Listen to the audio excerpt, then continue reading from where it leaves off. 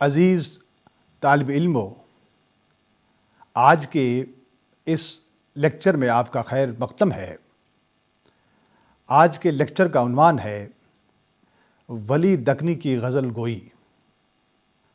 اردو شاعری میں ولی کے بلند مقام کے پیش نظر انہیں کوئی اردو کا بابا آدم کہتا ہے، کوئی اردو کا چاثر قرار دیتا ہے، تو کسی کے خیال میں ولی اردو غزل کا مجدد ہے۔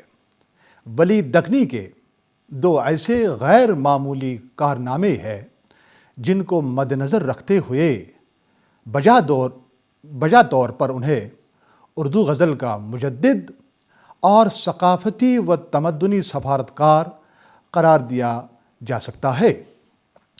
ولی کا ایک کارنامہ یہ ہے کہ انہوں نے اردو شاعری کا مقام بلند کر دیا، اور دوسرا یہ کہ ولی کے ہاتھوں ہندوستان کا شمال اور جنوب شعری روایات کے رشتے میں مربوط ہو گئے۔ دکن میں ولی کے عہد تک مختلف اصناف سخن مثلاً غزل، مثنوی، قصیدہ، مرثیہ اور رباعی کا قابل لحاظ اثاثہ موجود تھا، لیکن شمالی ہندوستان میں ابھی فارسی کا سکہ چل رہا تھا اور اردو کی حیثیت ایک بولی سے زیادہ نہیں تھی۔ ولی کا سفر دلی ایک ایسا عہد آفرین واقعہ ثابت ہوا جس نے اپنی زبان کی اہمیت کا احساس دلایا اور حقیقت واضح کر دی کہ شمال میں جس زبان کو درخور اعتنا نہیں سمجھا جاتا تھا اور جسے بولی کے حدود میں محصور کر رکھا گیا تھا، اس میں شعر و ادب کا قیمتی سرمایہ موجود تھا۔ ولی نے قدیم اردو کو مخصوص خطے کے جغرافیائی حدود سے آزاد کر کے اسے سارے ہندوستان میں ادبی ابلاغ و ترسیل کے ایک مؤثر وسیلے کی حیثیت سے پہلی بار روشناس کروایا اور اسے ملک گیر اہمیت کا حامل بنا دیا۔ شمالی ہند میں ریختہ کو معتبر بنایا اور اس کی ساکھ قائم کی۔ اردو زبان و ادب کے تئیں اس قدر گراں بہا خدمات انجام دینے کے باوجود یہ اردو کی ادبی تاریخ کا ایک افسوسناک واقعہ ہے کہ ابھی تک ولی کے نام اور ان کے وطن کے بارے میں محققین کے درمیان اختلاف پایا جاتا ہے اور اس بارے میں ہنوز کوئی حتمی نتیجہ برآمد نہیں ہوا ہے۔ جامعہ اردو انسائکلوپیڈیا جلد اول کے صفحہ 573 میں ولی کی حیات کے بارے میں جو معلومات درج ہیں ان کا خلاصہ یہ ہے کہ ولی دکنی کا نام ولی محمد تھا اور ولی تخلص اور اورنگ آباد کے رہنے والے تھے۔ ایک مدت تک گجرات میں رہے جہاں تحصیل علم کے علاوہ حضرت شاہ وجیہ الدین رحمۃ اللہ علیہ گجراتی سے فیض باطنی بھی پایا۔ بچپن سے شعر گوئی کا شوق تھا۔ غواصی، شاہ سلطان اور بحری ان کے معاصرین تھے۔ کہا جاتا ہے کہ 1700 عیسوی میں ولی نے دلی کا سفر کیا۔ 1720 میں ولی کا دیوان دلی پہنچا اور ان کا کلام مقبول ہوا، چنانچہ دلی والوں نے ان کے انداز میں شعر کہے۔ ولی کو اردو کا اشعر الشعراء کہا جاتا ہے۔ ولادت 1667 عیسوی یا 1668 عیسوی میں اور وفات 1707 عیسوی میں ہوئی۔ ولی کا اصلی نام کیا تھا؟ وہ کہاں پیدا ہوئے تھے؟ انہوں نے کب اور کہاں سفر کیا؟ ان سب سوالوں کے بارے میں مختلف اور متضاد خیالات ظاہر کیے جاتے ہیں۔ نتیجہ کے طور پر ولی اردو محققین کی متنازع فی شخصیت ہے۔ تذکروں میں ولی کو مختلف ناموں سے موسوم کیا گیا ہے۔ قائم چاند پوری نے مخزن النکات میں ولی کا نام شاہ ولی اللہ درج کیا ہے۔ محمد حسین آزاد نے آب حیات میں شمس ولی اللہ لکھا ہے۔ فتح علی گرویزی نے تذکرہ ریختہ گویاں میں محمد ولی تحریر کیا ہے، جبکہ میر حسن نے تذکرہ شعرائے اردو اور مرزا علی لطف نے گلشن ہند میں ولی کو ولی اللہ سے موسوم کیا ہے۔ ولی کے وطن کے بارے میں مختلف آراء ملتی ہے۔ بعض محققین یا تذکرہ نویس ولی کو گجرات کا باشندہ قرار دیتے ہیں، بعض اورنگ آباد کا، جبکہ بعض کے خیال میں ولی کا تعلق دکن سے تھا۔ بات دراصل یہ ہے کہ اہل دکن ولی کو دکنی اور اہل گجرات گجراتی ثابت کرنے کی کوشش میں مصروف ہیں۔ ولی نہ صرف اپنے عہد کے بڑے شاعر تھے، بلکہ ان کی شاعرانہ خوبیوں نے انہیں ہر عہد کا بڑا شاعر بنا دیا۔ ولی نے نہ صرف اردو شاعری اور زبان کی درجہ بندی کی ہے، بلکہ شعر و ادب کو زندگی کی حقیقتوں سے روشناس کر دیا۔ پروفیسر عبد القادر سروری کا کہنا درست ہے کہ اگر ولی جیسی شخصیت اس عبوری دور میں پیدا نہ ہوتی تو ادب اور شاعری کو حقیقت بنانے کا کارنامہ شاید پس پشت پڑ جاتا۔ ولی نے تقریباً ہر صنف سخن میں طبع آزمائی کی۔ ان کے کلیات میں قصائد، غزلیں، مثنیاں، ترجیح بند، مستزاد، فردیات اور رباعیہ وغیرہ موجود ہیں۔ ولی کا یہ ادبی کارنامہ کسی کرامت سے کم نہیں کہ ان کے اثر سے شمالی ہند خصوصاً دلی میں اردو غزل نے رواج پایا۔ چنانچہ دلی میں حاتم، آبرو، مضمون، شاکر، احسن، یکرنگ کے علاوہ کئی دیگر شعراء کا اردو غزل کی طرف مائل ہونا دراصل کلام ولی کی اثر پذیری کا نتیجہ ہے۔ ولی نے جب پہلی بار دلی کا سفر کیا تو وہاں فارسی گوئی کا چرچا عام تھا۔ بے دل، خان آرزو، سعد اللہ گلشن، فراق، ندیم اور فطرت وغیرہ فارسی زبان میں شعر کہتے تھے۔ شمالی ہند میں اردو کا اگرچہ چلن تھا، مگر اسے شعر و شاعری اور ادبی مقاصد کے لیے استعمال کرنے سے گریز کیا جاتا تھا۔ البتہ جعفر زٹلی، اٹل بلغرامی اور خواجہ عطا بانکا وغیرہ فارسی میں ہندی کی پیوند کاری کر کے تفنن طبع کا سامان پیدا کرتے تھے۔ اس ضمن میں نور الحسن نقوی فرماتے ہیں کہ اس زمانے میں اس عوامی زبان کو ریختہ کہا جاتا تھا۔ کبھی کبھار اس زبان میں بھی شعر کہے جاتے تھے، مگر تفریح کے طور پر۔ 1700 عیسوی میں ولی دلی آئے اور لوگوں نے ان کے کلام کو سنا تو انہیں حیرت ہوئی اور مسرت بھی کہ اس زبان میں اعلیٰ درجے کی شاعری بھی ممکن ہے۔ نور الحسن ہاشمی مخزن نکات کے حوالے سے لکھتے ہیں کہ ولی کا مکمل دیوان 1132 ہجری میں دہلی پہنچا۔ ولی کے دیوان پہنچنے کے بعد جو اثرات اردو شاعری پر پڑے ان کی حیثیت تاریخی ہو گئی ہے۔ ولی کی غزلوں نے عوام اور خواص سب کو متاثر کر دیا۔ ولی کی شاعری کی مقبولیت کے کئی اسباب تھے۔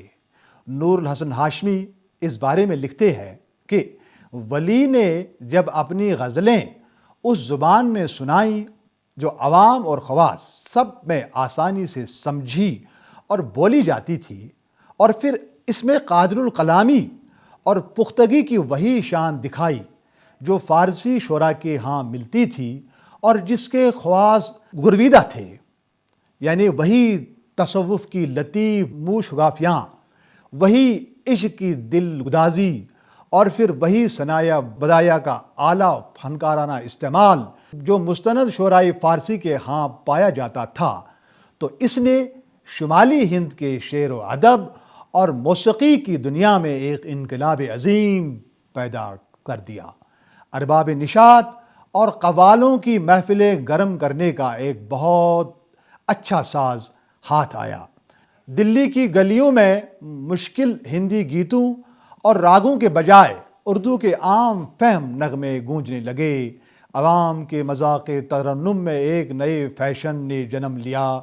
خواص میں یہ اثر پیدا ہوا کہ اردو غزل گوئی فوراً شروع ہوئی اور لوگوں نے دیکھ لیا کہ اب اس زبان میں بھی اعلیٰ شاعری پیش ہو سکتی ہے، دیوان بھی تیار کیے جا سکتے ہیں۔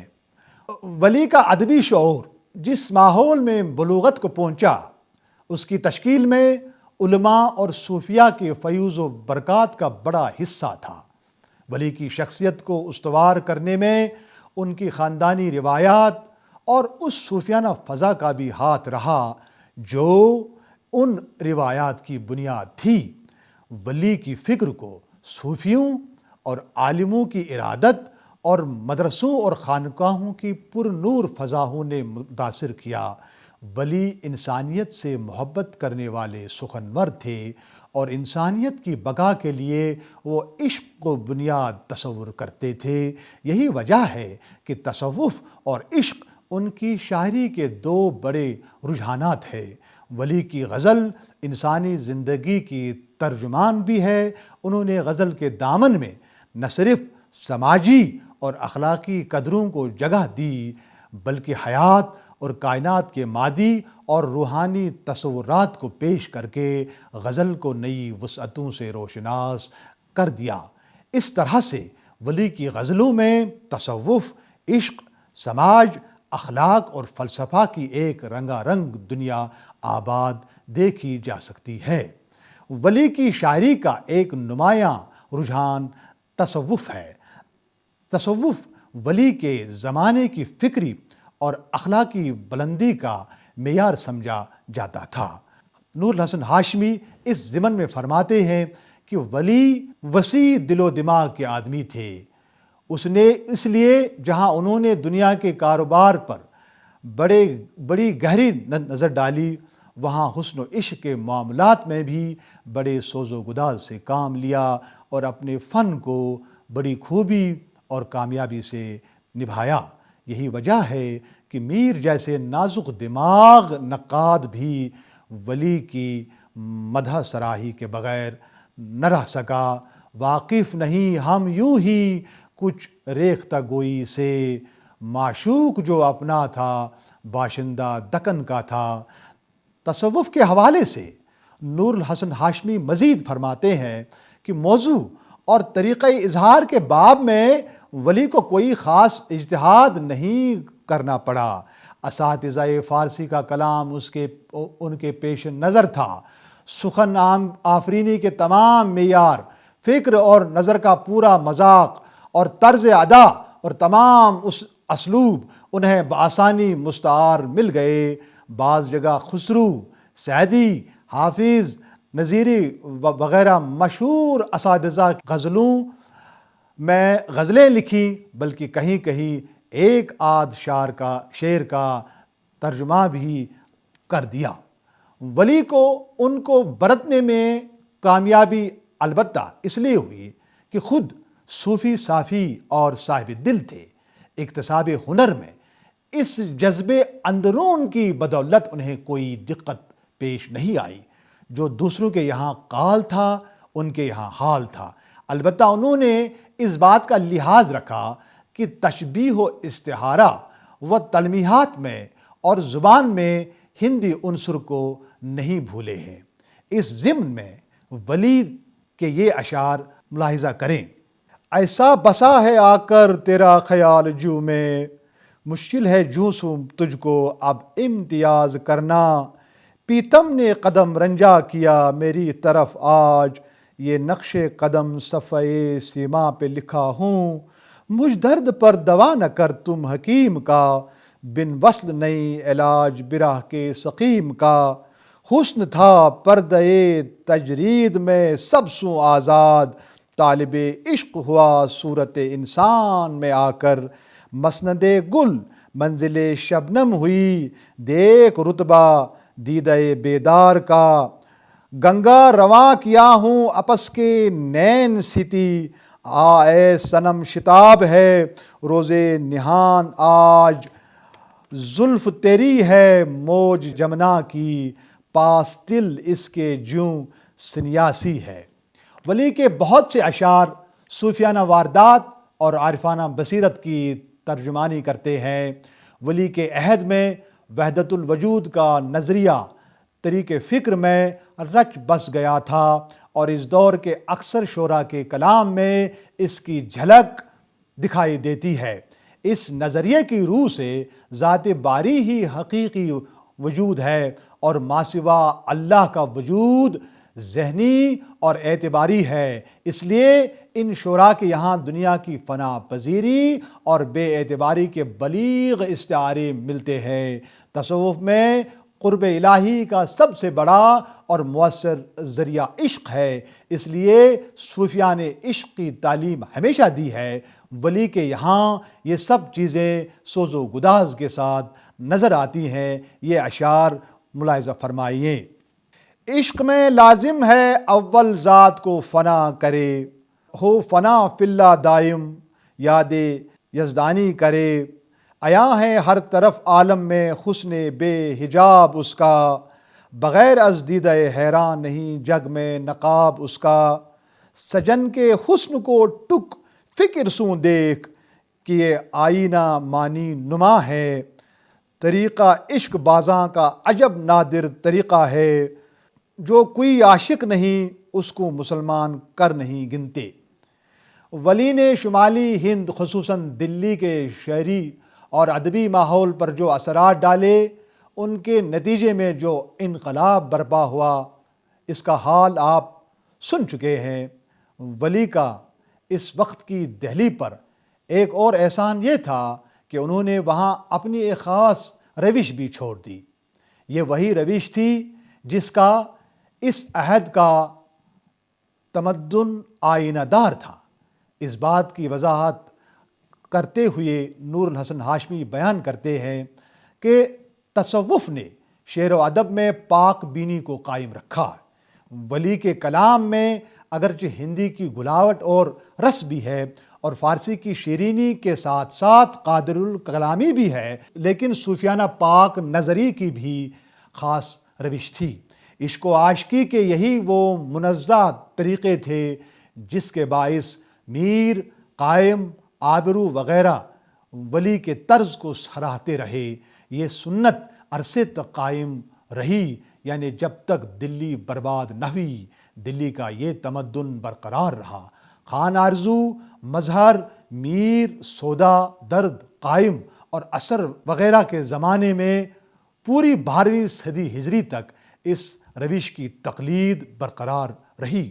یعنی جب دلی تباہ ہو گئی اور شعر و شاعری کا مرکز لکھنؤ میں منتقل ہوا، تو یہیں سے وہ دور ختم ہو جاتا ہے جسے ولی کی روایت یا روش کہہ سکتے ہیں۔ انشاء اور جرت کا زمانہ پہلا دور تھا جس نے اس طہارت کو توڑا اور اپنے جذبات کی رو میں بے وضو ہو گئے۔ یہ سچ ہے کہ ولی کے کلام کا ایک نمایاں عنصر تصوف ہے، مگر ولی کے شعری تجربات تصوف تک ہی محدود نہیں، بلکہ ان کے یہاں عام زندگی سے متعلق ان تجربات کا بھی اظہار ملتا ہے جس کی حیثیت مادی ہے۔ اس سلسلے میں گیان چند جین اور سیدہ جعفر یوں رقم دراز ہے۔ کوٹ: ایک خصوصیت جو ولی کی شاعری کو روایتی صوفیانہ شاعری سے ممیز کرتی ہے وہ یہ ہے کہ انہوں نے زندگی کو یکسر نظر انداز نہیں کر کے روحانیت ہی کو درخور اعتنا نہیں سمجھا، بلکہ وہ عرضی تجربات اور فرد کی شہری خصوصیات کو بھی لائق توجہ تصور کرتے ہیں۔ ولی کے کلام میں صوفیانہ واردات و کیفیات کی عکاسی کے ساتھ ساتھ مادی تجربات کی ترجمانی بھی ہے۔ ولی کا محبوب ایک جیتا جاگتا گوشت پوست کا پیکر ہے۔ ولی جگہ جگہ پر اپنے معشوق کے حسن و جمال کی فزوں ترازی، رخ زیبا کی دلکشی، قد بلند کی فتنہ سازی، زلف دراز کی دل فریبی، آرائش و زیبائش کی دلربائی کا نقشہ مؤثر انداز میں کھینچتے ہیں۔ چنانچہ ان کے کلام میں غمزہ خون ریز، زلف حلقہ دار، سرو گل اندام، زلف عنبر بیز جیسی ترکیبات معشوق کے حسن شور انگیز کی ہی جلوہ انگیزی ہے۔ خدا نے مخ پہ تیرے باب حسن باز کیا، قد بلند کو تیرے تمام ناز کیا، فدا کیا ہوں یوں قامت اوپر دل و جاں کو، کہ مجھ کو شور قیامت سوں بے نیاز کیا۔ غمزہ شوق نے بنیم نگاہ کام عاشق کا تمام کیا، وہ بواں ہمسوں کیوں نہ ہوں باقی، ماہ نو نے جسے سلام کیا۔ تجھ حسن انتخاب کا لکھتے تھے جب حساب، موہوم یک نقطہ ہے سورج اس حباب کا۔ ولی کی غزلوں میں سراپا نگاری کمال درجے کی ہے۔ ساحل احمد نے اپنی تصنیف ولی فن و شخصیت اور کلام میں ولی کی سراپا نگاری کو آریائی مزاج کی پروردہ بت پرستانہ ذہنیت کی پیداوار بتایا ہے۔ ولی کے یہاں حسن کا تصور ہمہ گیر اور وسیع ہے۔ وہ مجاز اور حقیقت سے اپنا رشتہ قائم کرنے میں کامیاب نظر آتے ہیں۔ ان دونوں جلووں میں ولی کے متصوفانہ اور رمزیت کی بدولت ایک ایسی وحدت و یکرنگی پیدا ہو گئی ہے جس نے ان کے کلام کو بلیغ، پہلودار اور فکر انگیز بنا دیا۔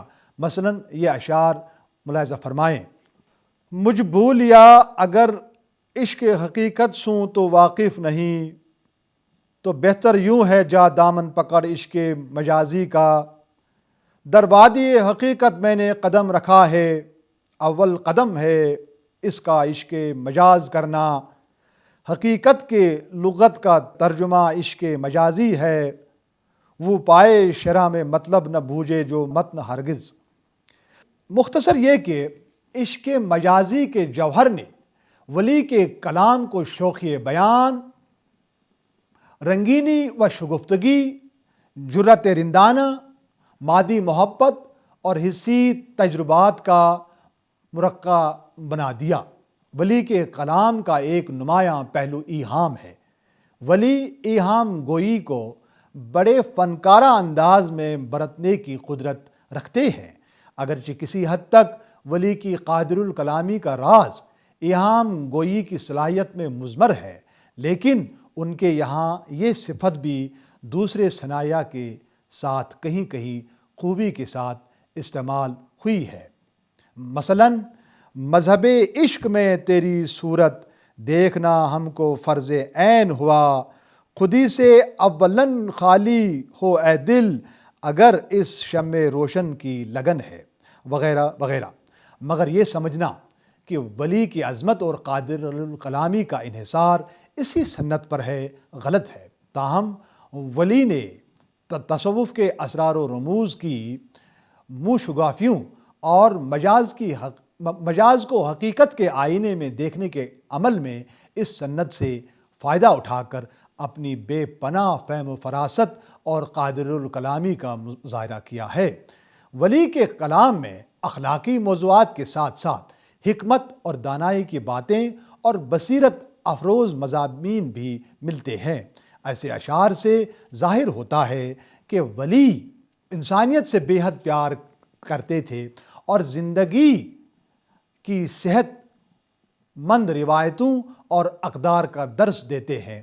حیات کی بے ثباتی، خواہشات دنیاوی کی فنا پذیری اور طمع انسان کی فسوں سازی کے بیان میں ولی ایک دلگداز شاعر کی طرح انسان کو اخلاقی پہلو اور حیات ابدی کی صداقتوں کی اہمیت سمجھاتے ہیں۔ طمع مال کی سر بسر عیب ہے، خیالات گنج جہاں سرسوں ٹال۔ بھروسہ نہیں دولت تیز کا، عجب نہیں کہ تا ظہر آوے زوال۔ فنی اور لسانی سطح پر ولی کے کارنامے اپنی مثال آپ ہیں۔ ولی کی شاعری میں سوری خوبیوں، ثنایا بدایا اور تشبیہات و استعارات کی اچھی مثالیں موجود ہیں۔ ولی شعری روایات کے اعتبار سے ہندوی اور ایرانی رجحانات کے دو راہے پر کھڑے نظر آتے ہیں، اور ان دونوں راستوں سے ہو کر وہ فن کی منزل تک پہنچے ہیں۔ ولی کے کلام میں ہندی عنصر اور ایرانی میلان دونوں کی کار فرمائی نظر آتی ہے۔ ہندوستان کے دریا، پرند، موسم، لباس و زیورات، یہاں کے تہذیبی مظاہر ولی کے اشعار اور ان کی تلمیحات و تشبیہات میں سمٹ آئے ہیں، جن سے اندازہ ہوتا ہے کہ ولی کے طرز فکر کی تعمیر میں مقامی رنگ نے اہم حصہ لیا ہے۔ رات دن انجواں میں اپنے شاستر کرتا رہے، اے برہمن دیکھ تجھ کو بید خواں مجنون ہوا۔ تیری زلفاں کے حلقے میں سے یوں نقش رخے روشن، کہ جیسے ہند کے بھیتر لگے دیوے دیوالی میں۔ زلف تیری ہے موج جمنا کی، پاس تل اس کے جیوں سنیاسی ہے۔ آخر پر یہ کہنا چاہتا ہوں کہ ولی صرف ایک شاعر نہ تھے، وہ اپنے دور کے اہل علم و فضل میں سے تھے۔ ان کی نظر فارسی اور عربی علوم پر ہی نہ تھی، بلکہ ان کی فکر کا خمیر سرزمین ہند کے تمدنی اور تہذیبی عناصر سے تشکیل پایا تھا۔ وہ زبان و بیان کی نزاکتوں سے واقف تھے، لہٰذا انہوں نے اپنے طرز اظہار کے لیے نادر پیرائے، تشبیہیں اور استعارے بروئے کار لائے، جس کی بنا پر یہ بجا طور پر کہا جا سکتا ہے کہ ولی کو لسانی مجتہد کا درجہ حاصل ہے۔ ولی کی غزلوں میں سنگلاخ زمینوں، مشکل قافیوں، انوکھی ردیفوں اور فارسی سے مستعار پیکروں کی کار فرمائی انہیں بے شک ہر دور کا بڑا شاعر بنا دیتے ہیں۔ عزیز طالب علموں، آج کا لیکچر اسی پر ختم ہوا۔ امید ہے کہ آپ نے استفادہ کیا ہوگا۔ ہمیں اجازت دیجیے، آداب۔